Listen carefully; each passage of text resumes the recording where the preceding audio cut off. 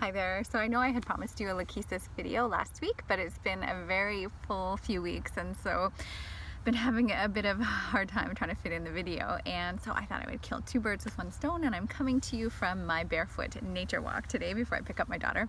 And Lachesis is a really important phenotype, and so I definitely wanted to cover this one with you.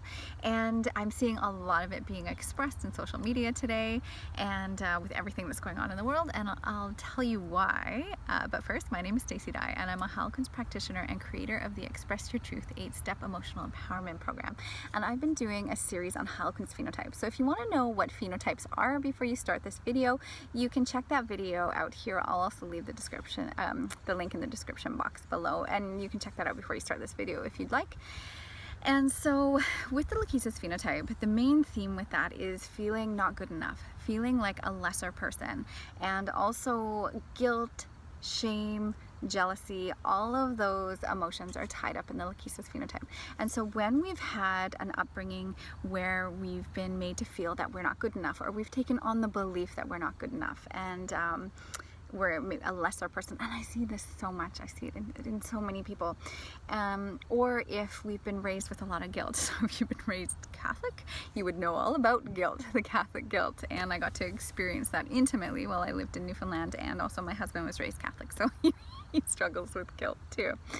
But not just when you're Catholic. I mean, anybody can be raised. It's sort of an epidemic to be raised with guilt, to feel like you're not doing enough, or you're a bad person, or I've got to do more. And so if you've had an upbringing like this, or you struggle with those emotions, you'll relate to the Lachesis phenotype.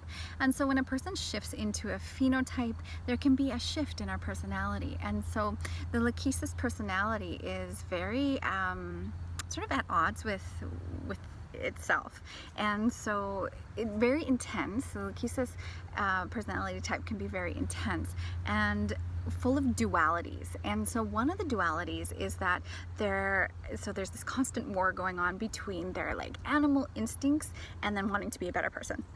So they'll have these animal instincts, and they also have a very high sex drive too. So you know, it could be perhaps a person who has a tendency to have affairs, you know, so they could be at constant odds with each other. So they're wanting to be a better person, they're wanting to spiritually evolve, but then they've got these animal instincts always knocking on their door, and they feel at any moment they could succumb to temptation. And so yeah, it's like, I mean, a lot of us struggle with this, but with Lachesis it's very very apparent, very in their consciousness. They're very aware of this struggle. And so another duality that Lachesis has is they can be very intense, they can be very passionate, they can be very loyal, they can be very dedicated. And so they can become very enthusiastic about projects, and they can have endless energy for it. And they can kind of go into that like manic picture. So there can be a bipolar picture with Lachesis. Also in the meta-rhinum miasm, which I'm going to be talking about in my miasm series coming up, they have that bipolar picture. And yeah, if you haven't done so already, subscribe to my channel and you'll get a notification when I put these videos out. I try and put a video out every week, and this was the first time I've missed a video, but yeah, so I try and do a Heilkunst video every week. And so with that, so they can have that kind of intense energy, but then that duality piece comes in, and they can also succumb to having really low energy, feeling depressed, kind of wanting to retreat from society. And yeah, so with that, they can be very loyal partners, but they may struggle with kind of that animal instinct always there, you know. And so whether it is, you know, wanting to go out and express that with people other than their spouse, that can happen. I see that actually a lot with Lachesis. And yeah, but they can also be very jealous and suspicious, and probably because they have that like they feel like they could succumb to that, and so they project it onto other people and feel like, oh, they could succumb to these animal instincts as well. And so yeah, they can be very jealous, they can be very suspicious, they can also be very manipulative and deceitful, and they can kind of like switch on a dime. And so they can be a very loyal friend, very helpful friend, and then all of a sudden they can just kind of shift and do something very deceitful or manipulative to their friend, and their friend's left wondering like, what happened here? And they can be very cutting, they can kind of lash out, and they can say very cutting, hurtful words when they're angry or hurt. They have a very, like I said, they're very loyal, they're very dedicated, and they have a very strong convictions. And so their point of view,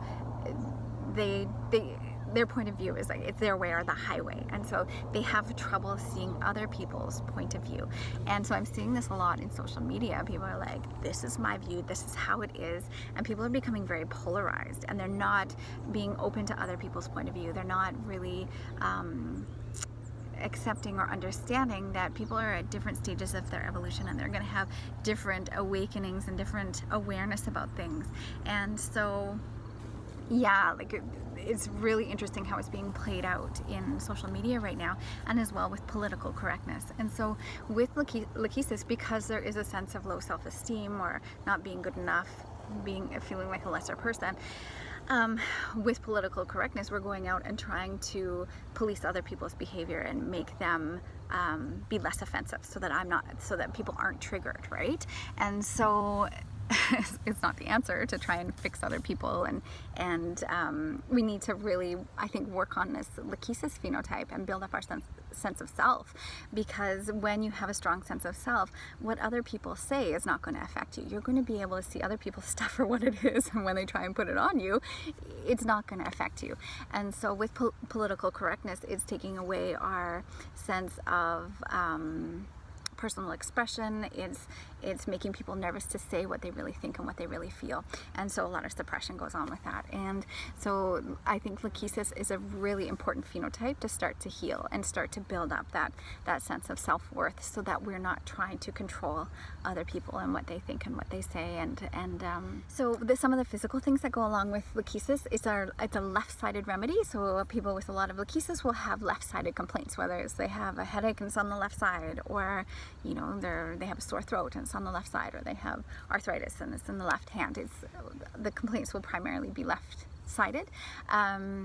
There's also sort of a relief with discharge. So whether it's tears, whether it's through, for women, like their menstrual flow. So there can be a lot of PMS symptoms with Lachesis, and hot flashes, which also sepia does too. I talked about that last week. But with Lachesis, there's a relief once the menstrual flow starts. And so they'll be struggling with PMS and feeling grumpy or weepy or bloated, and then as soon as the menstrual flow starts, it's like, oh, like a relief. And that goes for actual verbal discharge as well. So Lachesis people can be very chatty, like they talk a lot, and once they start talking, it's hard to stop, and they can kind of jump from one thought to another. They talk very quickly, and they can often not finish a sentence, and a word from one sentence will remind them of another topic they want to talk about, and they often jump from one topic to another, often not finishing the other topic, and they'll stop and think, oh, where was I?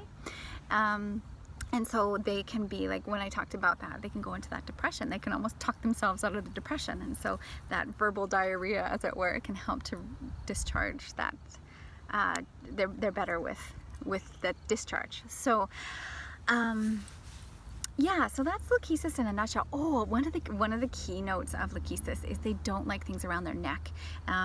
Feeling constricted when breathing is another thing. So often Lachesis won't like wearing a scarf or wearing a turtleneck, because they won't like that feeling around their neck.